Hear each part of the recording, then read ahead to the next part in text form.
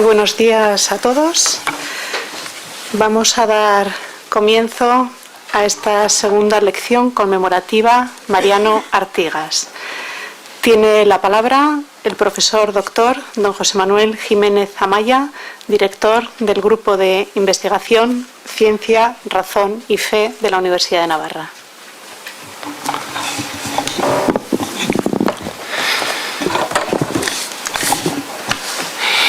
Ilustrísima señora vicerrectora de investigación, queridos colegas, amigos todos, en un pequeño libro que el profesor Mariano Artigas publicó en 1992, titulado Ciencia y Fe, nuevas perspectivas, dejó escrito en la presentación de ese texto que ser cristiano en la sociedad actual supone un reto quizá comparable al de los primeros cristianos. Exige una fe madura, ya que no son pocos ni pequeños los interrogantes que se plantean, tanto en el terreno de las ideas como respecto a las costumbres. Y proseguía a continuación con respecto a los interrogantes con las ciencias, que son sus palabras, su convicción de que la ciencia y la fe, cuando se entienden correctamente, no se oponen, sino que más bien se complementan. En este espíritu de entendimiento entre ciencia y fe, nos dejó este grupo de investigación sobre ciencia, razón y fe, el CRYF, que ya ha cumplido más de 10 años desde su fundación por el profesor Artigas. Hoy vamos a asistir a una de sus actividades más importantes, que celebramos cada 2 años, en gran medida para honrar su persona y para agradecer su magisterio. Si hace 2 años, en la presentación de la primera lección conmemorativa, hablábamos de su figura y de su relevancia científica, hoy parece oportuno preguntarse aquí por qué hacerlo con un acto como las lecciones conmemorativas. Es mi convicción que la respuesta a esta cuestión, que será necesariamente muy breve, se puede articular en 2 direcciones. La primera hace referencia a algo muy querido por el profesor Artigas. Es muy importante intentar dar respuesta a las cuestiones fundamentales. A través de estas lecciones se pretende que las personas elegidas nos ayuden a proporcionar luz sobre la investigación de las relaciones entre la ciencia y la fe. No se intenta, ciertamente, que las ideas presentadas por estos autores sean necesariamente compartidas con lo que piensan los investigadores del grupo CRYF, sino que ayuden a aportar claridad al debate de los aspectos nucleares de la relación entre las ciencias y la fe religiosa.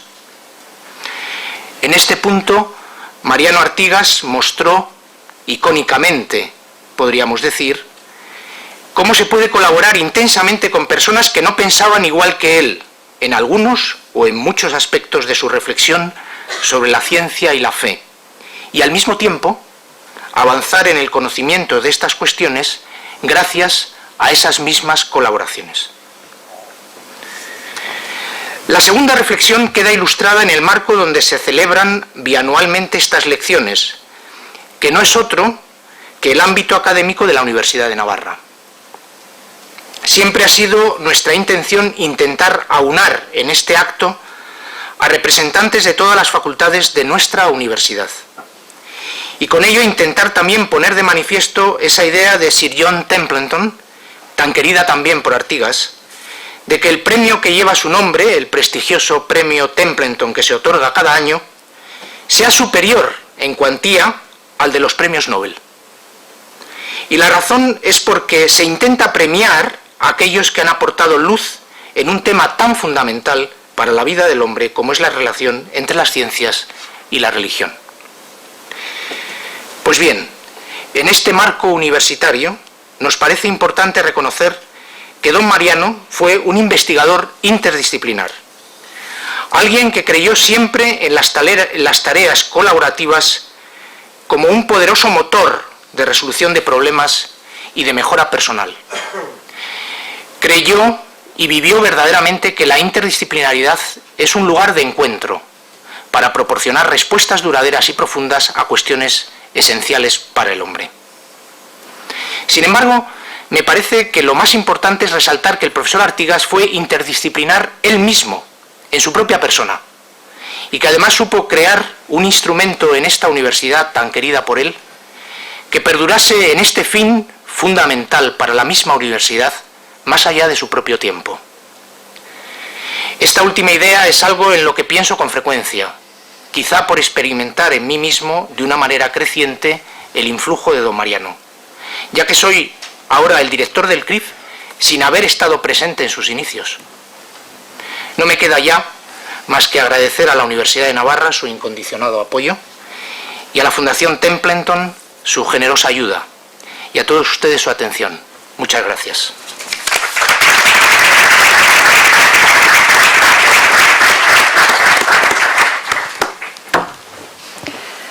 A continuación tiene la palabra el profesor doctor don Javier Sánchez Cañizares, secretario del Grupo de Investigación Ciencia, Razón y Fe, para leer el acta en la que se aprueba que el profesor Karl Giberson imparta esta segunda lección conmemorativa Mariano Artigas.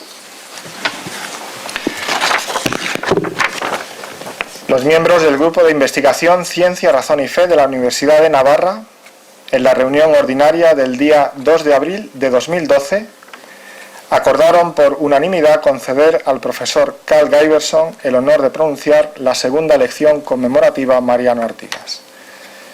Dicho reconocimiento ha contado con la aprobación de la Fundación John Templeton.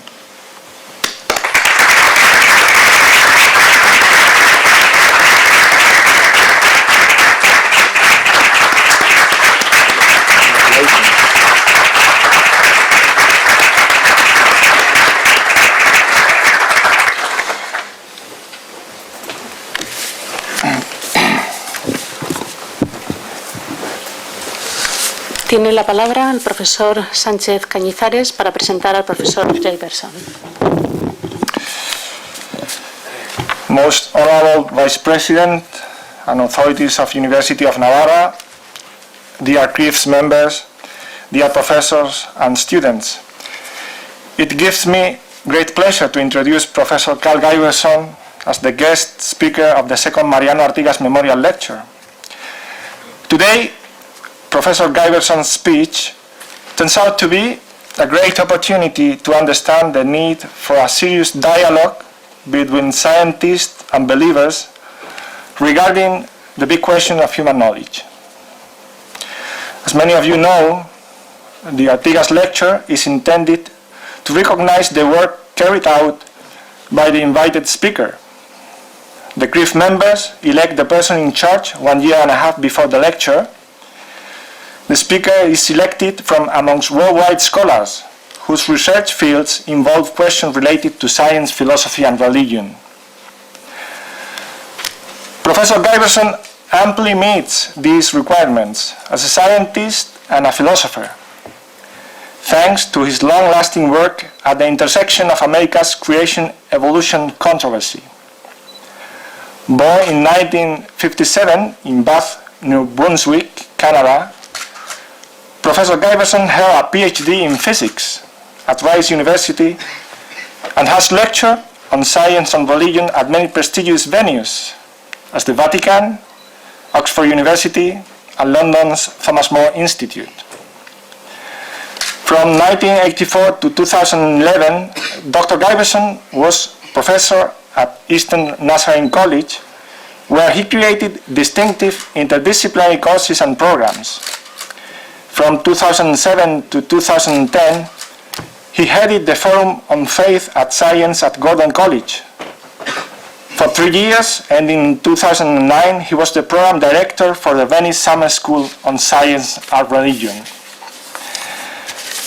Dr. Giberson has published more than 200 reviews and essays, both technical and popular, in outlets that include New York Times and CNN. He also blogs at the Huffington Post, where his articles frequently generate thousands of comments. In addition to his published works, Professor Giberson is a regular contributor to the public dialogue on science and faith. He was the founding editor of Science and Theology News, editor-in-chief of Science and Spirit magazine, and vice president of the Biologos Foundation. Currently, Dr. Giberson teaches science and religion in the Cornerstone program at Stonehill College. He continues being a fan of Bob Dylan, Star Trek, The Next Generation, different from Star Trek Tuku, I guess, and loves drinking Diet Coke. You see that scientific credit is not the only thing in the world. He has written or co-authored 9 books and contributed to many edited volumes. For this audience, obviously, he's very well known as co-author with Mariano Artigas of Oracle of Science, Celebrity Scientist versus God and Religion, Oxford University Press, 2006, also published in Italian, Polish, and recently translated into Spanish. Karl Giberson and Mariano Artigas shared a true friendship, which provided the atmosphere for a fruitful work together. I think that Mariano will be especially happy with the presence of Karl at the main hall of the university lecturing about Christianity and evolution. Because of that, I must say, on behalf of the CRYF members and myself, we are really honored to have Professor Karl Giberson as speaker for this second Mariano Artigas Memorial Lecture. Thank you very much.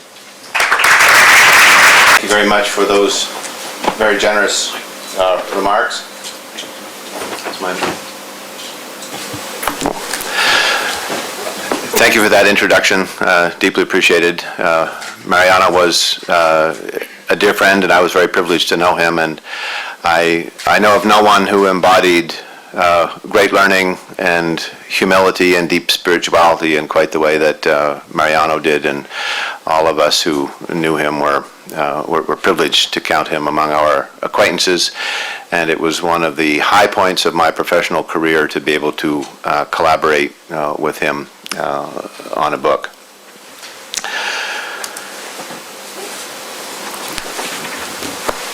In 1572, a new star appeared in the heavens. It was an impossible event.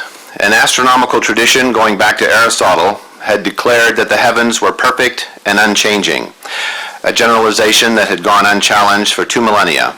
Thomas Aquinas had declared more than 3 centuries earlier that the perfection of the heavens, everything beyond the orbit of the moon, reflected the untainted grandeur of God's original perfect creation. Adam's sin had scarred only the earthly realm, turning it into a debauched sphere of satanic ruin that extended to the moon, but no further. So how was it that the unchanging heavens were suddenly sporting a new star? This new star also challenged the Christian doctrine of creation, in which everything was created over the course of 6 days, after which God ceased his creative work and rested. How did this new star originate? Some 6,000 years after God had announced that his work was finished and the completed creation was very good. The most celebrated observer of the new star was the great astronomer Tycho Brahe, who, because he was a great astronomer, found himself amazed, astonished, and stupefied. His response, naturally, was to verify the strange new member of the unchanging heavenly pantheon. When I had satisfied myself that no star of that kind had ever shone forth before, I was led into such perplexity, he said, by the unbelievability of the thing, that I began to doubt the faith of my own eyes. The new star of 1572 threatened the comfortable division of the world into the heavens and the earth, a convenient dualism begun with the first verse in the Bible, independently reinforced by Aristotle's astronomy and upgraded into Christian theology by Aquinas. Indeed, it was the shattering of this dualism that would be the primary challenge to Copernicus's claim, championed most famously by Galileo, that the earth was located in those perfect heavens orbiting about the sun. Galileo's assault on this theologically comforting dualism came to a head in 1632 with the publication of his most famous work, Dialogue on the Two World Systems. A year later, he was kneeling before the Inquisition in Rome, recanting his Copernican heresy. This is the original Galileo moment, which continues to reverberate through Christianity as an enduring reminder of how not to respond to the advance of science. And I should comment parenthetically that Mariano did much to help us understand this seminal historical episode. The great British poet John Donne was born in the year that Brahe's supernova appeared. He died in 1631 while Galileo was finishing his infamous book. It was a tumultuous 6 decades for educated European Christians as they watched their tidy medieval universe disintegrate. In 1611, during the early stages of Galileo's confrontation with the Church, Donne penned these memorable lines, eloquently expressing the anxiety of a culture losing its way. And new philosophy calls all in doubt, the element of fire is quite put out, the sun is lost and the earth, and no man's wit can well direct him where to look for it. And freely men confess that this world's spent, when in the planets and the firmament they seek so many new, they see that this is crumbled out again to his atomies. 'Tis all in pieces, all coherence gone, all just supply and all relation. Prince, subject, father, son, are things forgot, for every man alone thinks he hath got to be a phoenix, and that then can be none of that kind of which he is, but he. The phrase, all coherence gone, aptly summarizes the 17th century's Galileo moment. Moment, however, does not capture the enduring anxiety of Christians whose planetary home was forcibly removed from its natural, logical, and comfortable location at the center of the world and placed inexplicably, randomly, and tenuously in the third orbit about the sun. Nominally a puzzling promotion from the sinful center of the world into the perfect and unfallen heavens, the location of the newly planetized Earth was in fact an announcement that the entire organizational scheme, the heavens and the earth, had collapsed. 'Tis all in pieces, all coherence gone. The theological anxiety attending the movement of the earth eventually quieted as Christians made their peace with it. The conventional wisdom that even the most committed fundamentalists eventually came around, the last holdout being the ultra-conservative Missouri Synod of the Lutheran Church, located quite naturally in the southern part of the United States, that finally made their peace with Copernicus in 1905.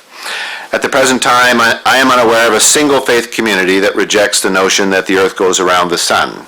And so the story ends with Christianity, even in its more conservative manifestations, having made peace with Copernicus after some modest adjustments in the areas of biblical interpretation and theology. The lesson to be drawn from the Copernican controversy, most famously spotlighted by Galileo's trial before the Inquisition, is often applied to evolution, as though that controversy has been successfully resolved and is now a model for how to handle such things. Those of us struggling to promote evolution to skeptical evangelicals, as I have been doing for 3 decades, invoke this history, hoping by analogy to open closed minds to the possibility that evolution might be true and compatible with Christian faith, just as heliocentricity has turned out to be both true and compatible with Christian faith. Indeed, in my first book, written almost a quarter century ago, I wrote, "The Galileo incident, when extracted from the significant political and personal milieu in which it was embedded, can serve as a paradigm for the present conflict. My thinking, which was far from original, was that Christians should deal with Darwin and evolution just as they dealt with Galileo and heliocentricity." I'm no longer convinced that this analogy works. The present controversy over the historical atom is being labeled in some circles as another Galileo moment, although the present controversy is really just the ongoing battle over evolution, recently intensified by emerging genetic evidence against a literal first man. As I've looked more closely at the arguments defending Adam and assaulting evolution, however, I've come to see that the present controversy is really quite continuous with the one that gave John Donne such pause in the 17th century, namely, that the longing for coherence and the demand that it not be lost is something to ponder. 17th century concerns about what Copernicus and Galileo did to the earth were not primarily about its location and movement per se. There were, to be sure, a few awkward Bible verses about the earth being fixed, but they were easily handled as figurative or observational once it became clear that the earth was indeed in motion. The real issue was the loss of order that created the structure on which the Christian worldview had been based. In particular, the well-defined earthly realm, extending only to the moon, where the corruption of sin ended, provided a comforting limitation on the extent of the curse placed by God on the creation. When Donne says the sun is lost on the earth and no man's wit can direct him where to look for it, he is lamenting that the new location of the earth makes no sense in the theological scheme of things. Why are we looking in the perfect heavens for the imperfect earth? Why do we seek the perfect sun at the center of the world as far from God as possible? What parts of the world share in the curse of sin? Where is the boundary between the heavens and the earth, between perfect and imperfect, between changing and eternal? Note how the following 17th century objection to Copernican astronomy is based entirely on the way it disrupts the system of religious thinking rather than on the challenges it poses to a literal reading of the Bible. It upsets the whole basis of theology. If the earth is a planet and only one among several planets, it cannot be that any such great things have been done especially for it as the Christian doctrine teaches. If there are other planets, since God makes nothing in vain, they must be inhabited, but how can their inhabitants be descended from Adam? How can they trace back their origin to Noah's Ark? How can they have been redeemed by the Savior?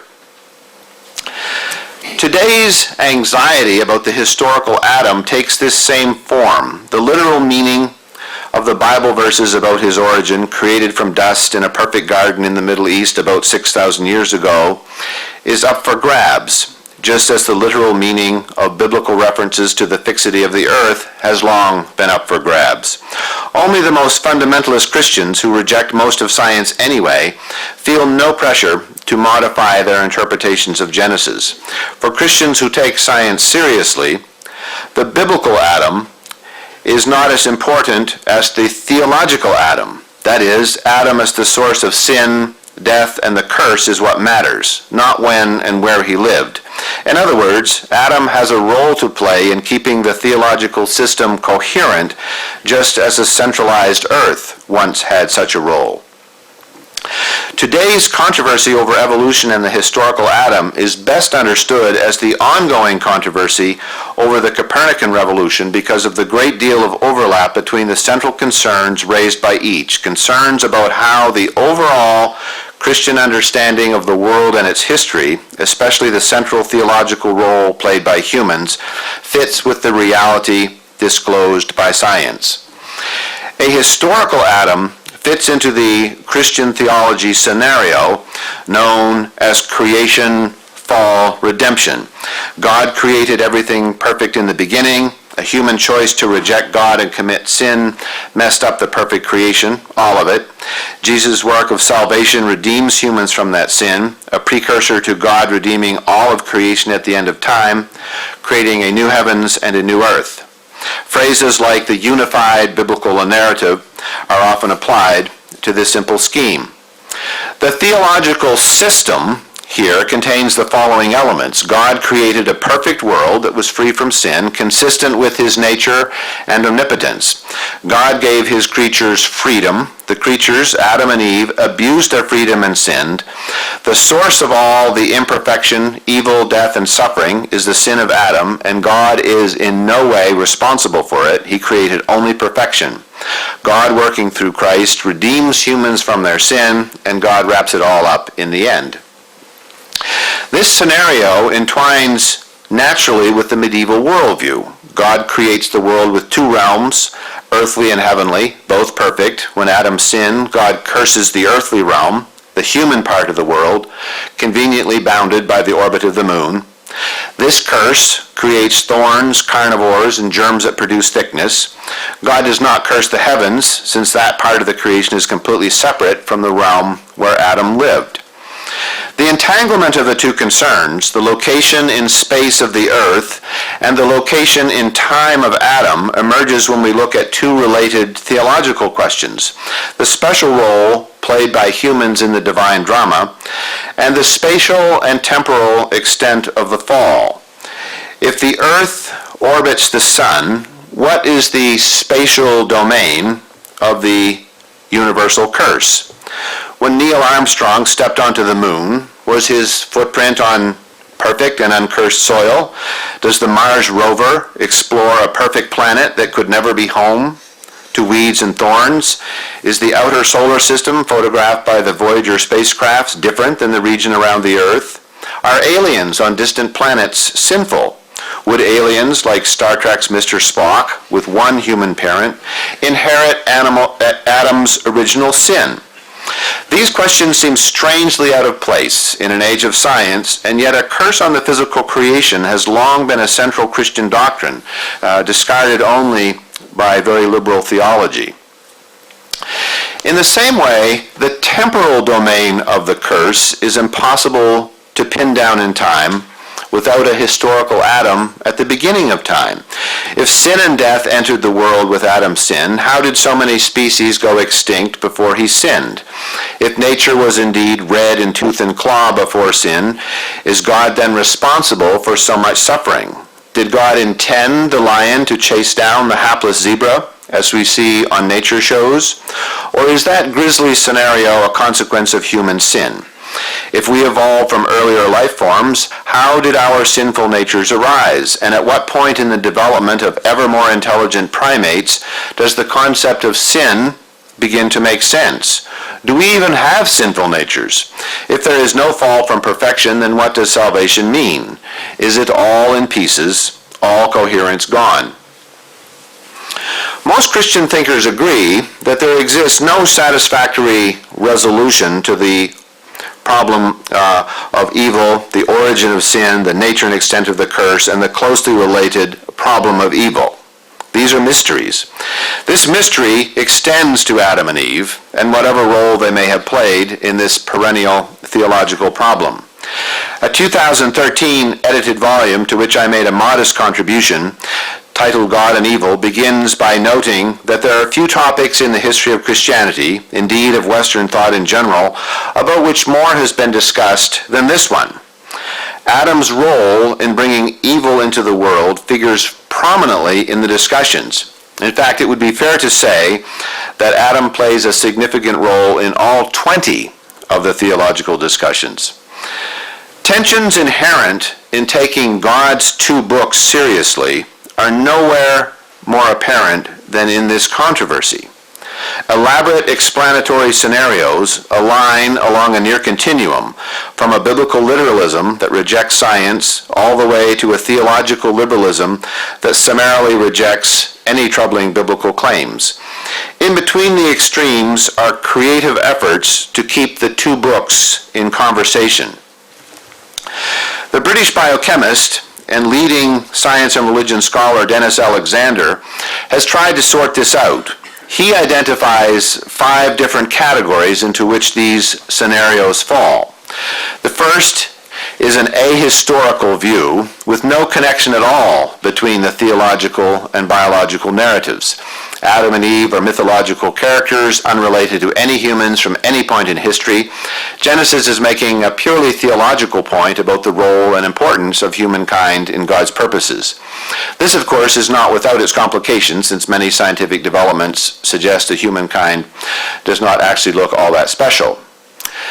The second is a gradualist proto-historical view that, while not historical in any conventional sense, does refer to events that took place in particular times and conditions. The story of Adam is not history, but the narrative points at a history that took place over a prolonged period of time during the early history of humanity in Africa. Humanity gradually became aware of God and responded to God's calling in obedience and worship. The third, he calls a gradualist proto-historical view that takes biblical events and locations seriously, locating them within the culture and geography that the Genesis text provides. The assumption here is that actual theologically relevant historical episodes lie behind the text, but that science and history, including human evolution, should not be distorted to make room for them. Adam and Eve are firmly rooted in history, but are not necessarily identical to the couple described in Genesis. The fourth model is an interventionist old earth creationism view, in that the concordist tradition seeks a creative but literal reading of the Bible that can be squared with the well-established, scientifically undeniable, and theologically benign notion that the earth is old.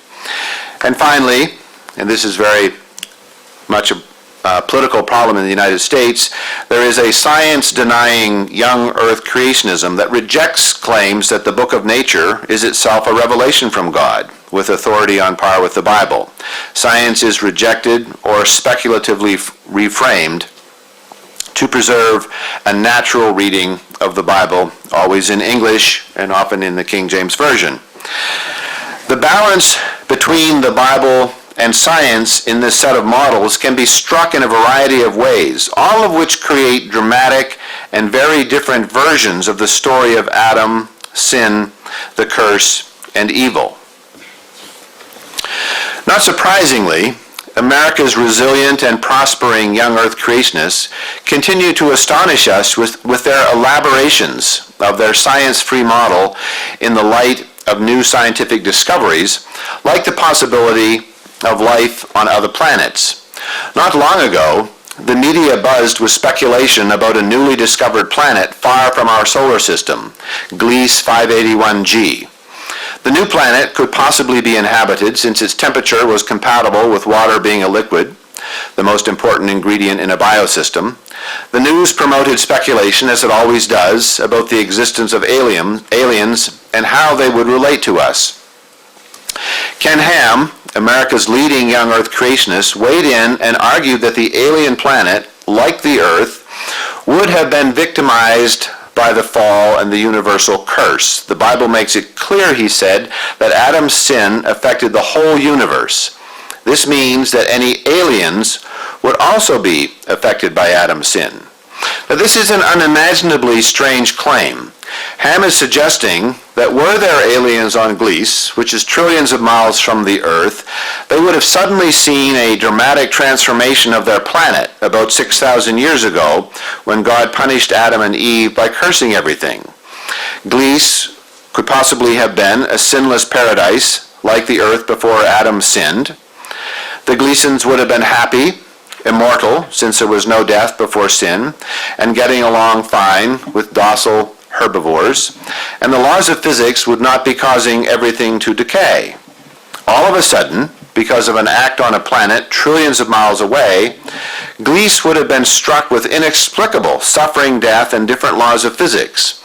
And adding insult to injury, even though human sin on a distant Earth wrecked their planet, the poor Gleesons can't have salvation, says Ham. Only descendants of Adam can be saved. To even suggest that aliens could respond to the gospel is just totally wrong. Ham's commitment to a cosmic domain for the curse flows directly from the challenge of Copernicus, which is why we need to tie them together. As long as the heavens and the earth could be separated, the effects of the fall could be naturally constrained to an earthly realm. But once the earth is lifted into the heavens, the natural boundary for the influence of sin disappears, as the hapless Gleesons may have discovered 6,000 years ago. Needless to say, Ham's view is incompatible with even a rudimentary scientific worldview, but it follows naturally from the commitments at the heart of young earth creationism, which is embraced by more than a third of Americans. The view known as old earth creationism represents a gigantic scientific step forward in terms of the age of the Earth, although evolution is still rejected by old Earth creationists. Hugh Ross and his Reasons to Believe Apologetics organization energetically defend old Earth creationism with the traditional day-age concordist reading of Genesis of the sort that the 19th century geologists proposed. Ross is quick to deny that his concordism represents a compromise with science, insisting that a careful read of the entire Bible, and not just the Genesis creation accounts, points clearly to the days of Genesis being long periods. Ross and his colleagues at Reason to Believe also insist that the death that was inaugurated at the fall is just human death, accusing Ham and the young earth creationists of misinterpreting the critical comments of St. Paul, on which that claim is based. Ross goes even further. Not only is death before the fall a part of the natural order, but it was ordained by God to provide oil and other organically based raw materials that would eventually be used by humans. The benefits to humanity of these earlier life forms, says Ross, renders their suffering, death, and even extinction a good thing, and not an evil needing to be explained as a consequence of sin. Ross holds a PhD in astrophysics from a leading university and is widely regarded for his creativity and cleverness. He ingeniously locates the Garden of Eden in Africa to align with the discovery that humans originated there. He pushes Adam and Eve so far back in time that their origins can be 100,000 years ago.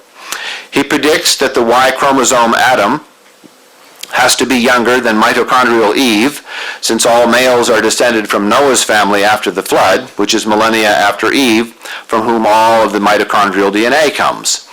Ross's approach borders on eccentric, however. Most people find it hard to imagine, for example, that the extinction of the dinosaurs was a good thing that God did to provide oil for our cars. America's leading intelligent design theorist, William Dembski, holds the more mainstream Christian position that death is indeed a real evil, challenging Christian theology, and not a procedure to produce petroleum. Dembski, trained in mathematics and theology, is one of the most aggressive anti-evolutionists in the country, but, like Ross, does accept that the earth is very old. His approach to the fall, however, strains credulity. Dembski holds the conventional view that God created a perfect world without death, suffering, or any kind of evil. Adam's sin and the resulting curse are responsible for every imperfection. He describes his book, The End of Christianity, Finding a Good God in an Evil World, as an attempt to resolve how the fall of Adam would be responsible for all evil in the world, both moral and natural, if the earth is old, and thus if a fossil record that bespeaks violence among organisms predates the temporal occurrence of the fall. The description of the problem is mainstream, but his resolution is anything but. Dembski proposes that the effects of the fall can go backwards in time.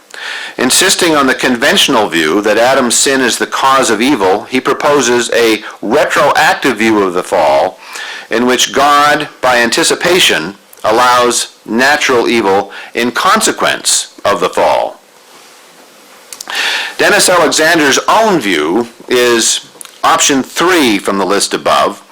Alexander accepts the great age of the earth, evolution, including human evolution, and millions of years of death, suffering, and extinction prior to the arrival of humans. Consistent with his embrace of science, he accepts that the evidence rules out the possibility that the human race ever consisted of one man and one woman. Alexander, however, is unwilling to jettison key biblical ideas that play meaningful roles in Christian theology. He seeks events that might lie behind the text that would make sense of the theological content of the biblical accounts without insisting that the biblical accounts are themselves accurate portrayals of history.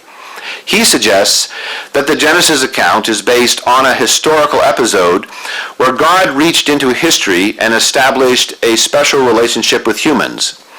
God in his grace chose a couple of Neolithic farmers in the Near East, or maybe a community of farmers, to whom he chose to reveal himself in a special way, calling them into fellowship with himself so that they might know him as a personal God.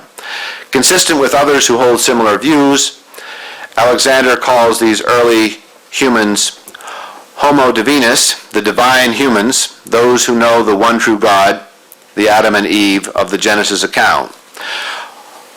Homo divinus were the first humans who were truly spiritually alive in fellowship with God, says Alexander. Homo divinus marked the time at which God chose to reveal himself and his purposes to humankind for the first time. My own work promoting evolution to Christian falls within the contours of four above. In my book, Saving Darwin, I suggested that what is labeled theologically sin remains a useful insight into human nature, even after we abandon a historical Adam, his fall, and the original sin he passed on to us. I note, in fact, that G.K. Chesterton once quipped that original sin was the only Christian doctrine that could be empirically verified. My proposal, shared by many Christians who have abandoned the idea of a historical Adam, is that evolution actually provides a better way to understand the origins of sin. The evolutionary process, we note, demands that creatures look out for themselves, leading naturally to creatures with pathological levels of selfishness. Creatures inattentive to their own needs would not have made it. By these lights, God did not build sin into the natural order. Rather, God endowed the natural order with the freedom to become, and the result was an interesting, morally complex, spiritually rich, but ultimately selfish species we call Homo sapiens. This view is similar to Alexander's in that humans are understood as evolved creatures, but does not require a historically unsupported intervention by God to account for the theologically interesting parts of human nature. On the other hand, it also challenges the notion of human uniqueness, suggesting that incipient or prototypical human characteristics related to religion, morality, worship, belief in God, are present in our evolutionary ancestors and nearest primate relatives. This notion, clearly implied by evolutionary theory, is theologically controversial, to say the least. I leaped into this conversation about human origins in 1988 with the publication of a short essay titled Trustees of the Truth, the first pro-evolution piece to appear in the denominational magazine of the Church of the Nazarene. I was teaching physics at Eastern Nazarene College at the time. The president of the college reviewed the piece and asked me not to publish it, as he thought it would generate more heat than light. I ignored him. The editor of the magazine told me later that my pro-evolution piece held the record for hate mail for over 2 years and was only eclipsed by a controversial piece related to sex that appeared a few years later. Nothing on the topic of evolution has appeared since. I published my first book on this topic in 1993 with the denominational publisher. It would have appeared earlier, but it got caught in a firestorm of controversy, and powerful leaders of the Church of the Nazarene sought to block its publication, even though a contract had been signed and the manuscript approved by the editorial staff. The chairman of the publisher's book committee, the Church of the Nazarene's leading theologian at the time, lost his position for his role in the project, which included writing a foreword. By the time I left the Church of the Nazarene in 2010, I felt beaten up and pessimistic about this conversation. Although the denomination explicitly rejected biblical literalism, and its scholars were almost unanimous in endorsing evolution, the grassroots hostility to evolution was overwhelming. I was constantly the subject of negative attacks from fundamentalists, most of them deeply influenced by biblical literalists like Ken Ham and others. On many occasions, pastors would write me letters demanding I explain my views. The reaction when I responded that I had written books outlining my position was that they would certainly not be buying my books and providing me with royalties. I had a similar experience with my work at the BioLogos Foundation, a project started by Francis Collins, who as of this writing is the head of the National Institutes of Health and the former director of the Human Genome Project. Collins is also the leading evangelical scientist in the world by a considerable margin and author of the New York Times bestseller, The Language of God. BioLogos was launched with the explicit mission to help evangelical Christians make peace with evolution, a conversation Collins had begun effectively in The Language of God.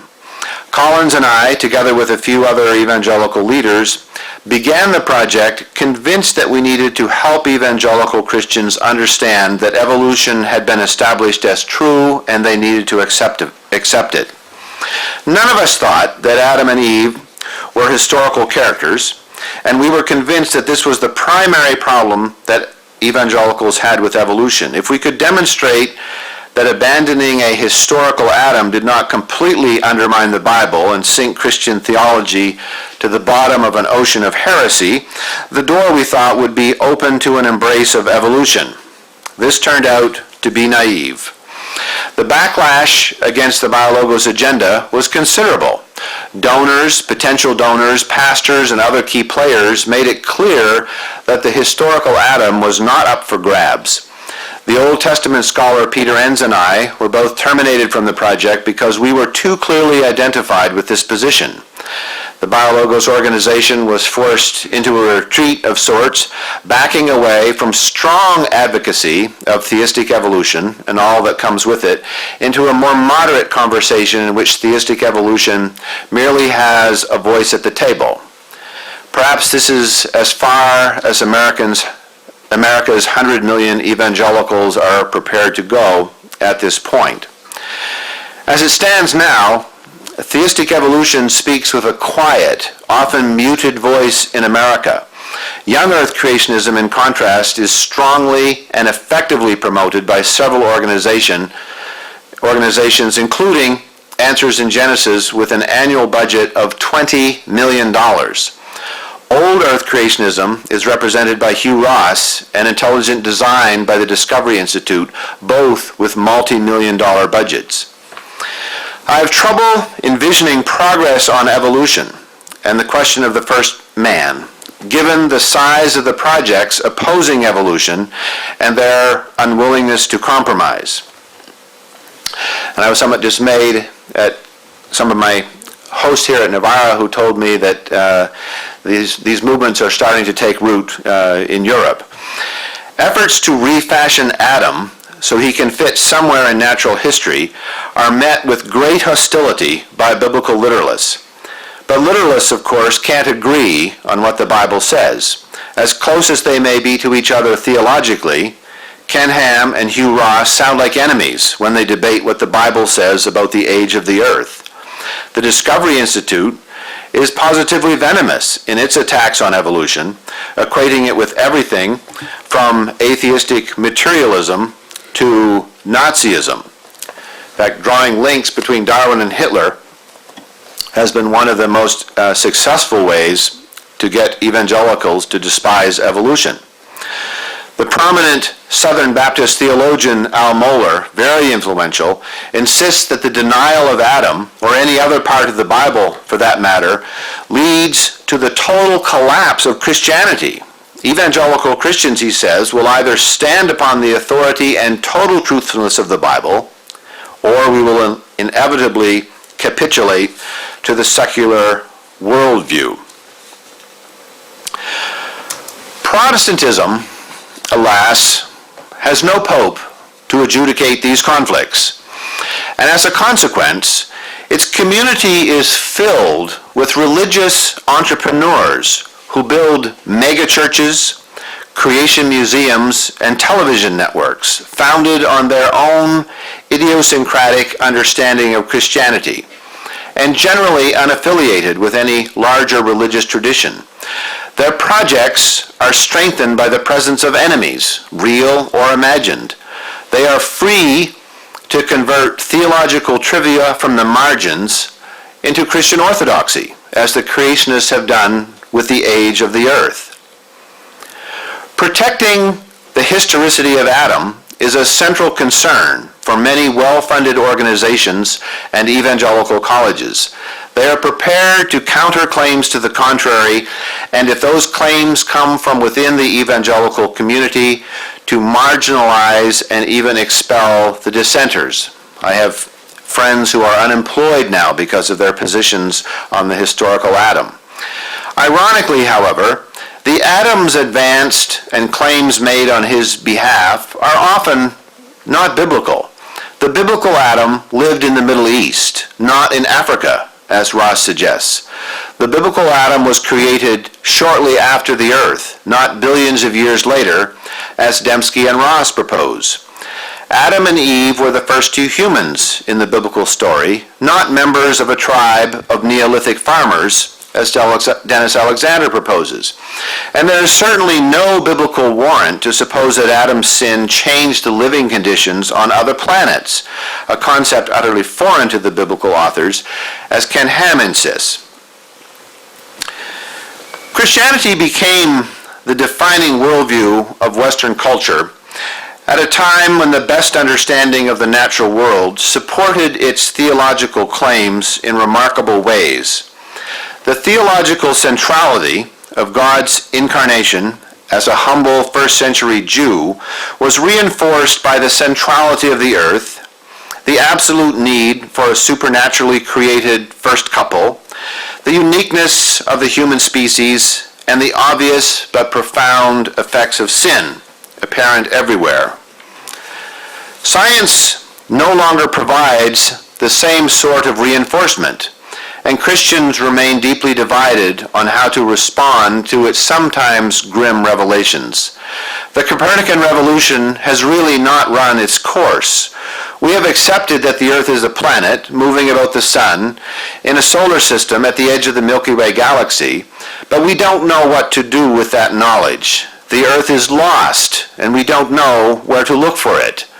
Christian theologians continue to speak of the creation as though it refers to the entire universe and even to the other universes that cosmologists tell us may exist. Many times I've heard theologians claim that all of creation is fallen. Unfortunately, the biblical accounts are so parochial that they offer little insight into how we might incorporate the new scientific picture into our theology. The first verse of Genesis should really have been translated, "In the beginning, God created the sky and the land," to remind us that the account refers only to what the ancient scribe could see. We go beyond the biblical text, perhaps unjustifiably, when we enlarge the heavens to include galaxies of which the ancients had no knowledge. Nowhere is this parochialism more apparent than in the account of the first couple, Adam and Eve. The narrative centers naming of the animals to the focus of the serpent's attention, to the curse and the expulsion from Eden. The central plot line of the Christian story leads to Jesus, with an accompanying genealogical table establishing that he is descended from Adam and is best understood as a second Adam, as St. Paul so eloquently wrote. Ironically, at the same time, the science seems to mock any notion of a Christian cosmos or a first human. We find ample scientific support for the very message that empowers the story of the first and second Adam. Humans are troubled creatures in need of salvation. Recent scientific work in evolutionary psychology, primatology, and sociology has exposed our complex and troubled moral natures, and our need to find meaningful lives within our communities. We grow, at least in the deeply religious United States, ever more comfortable and ever more lonely. Our affluence enables us to make choices that often turn out to work against our own happiness. We withdraw into gated communities and seek leaders who assure us that we have no responsibility for those less fortunate. Our idealistic youth flee their religious communities, communities that seem more interested in protecting Jesus' second Adam status than in anything that Jesus taught, especially about caring for the least of these. And God bless Pope Francis for calling us back to the teachings of Jesus, as he has done so articulately and in a way that is appreciated by so many American Christians, both Catholic and Protestant. I conclude on this note because I am convinced that Christianity's intramural quarrel about the historicity of the first man is, when all the briefs have been filed, all the systems constructed, all the creeds and confessions finalized, and of course, all of the heretics run off, theologically irrelevant. The simple message of Jesus, that we should live in loving community with each other, looking out for the less fortunate, ever aware of our own sinful nature and our tendency to put ourselves first, should trump any concerns about the nature and even existence of the first man. Thank you very much.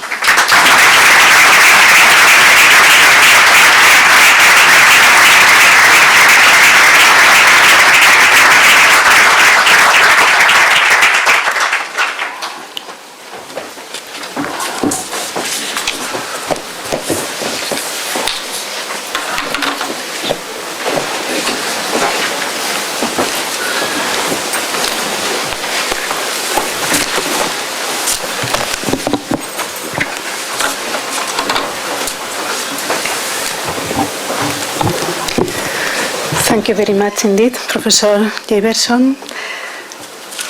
Y ya para acabar, yo creo que podemos felicitar al Grupo de Investigación Ciencia, Razón y Fe que nos ha regalado con esta intervención tan interesante, que yo creo que pone de manifiesto además la importancia y el interés de debatir temas desde distintos puntos de vista, y esto solo se puede hacer con grandes investigadores que participen en los grupos de investigación. También me gustaría agradecer el esfuerzo que desde el Grupo de Ciencia, Razón y Fe se está haciendo por esta apuesta que constituye un valor del ideario de la Universidad de Navarra, que es la interdisciplinaridad. Creo que se está avanzando mucho y de verdad que os felicitamos por el trabajo que entre todos estáis realizando. Bien, y queda clausurada esta segunda lección conmemorativa Mariano Artigas. Muchas gracias a todos.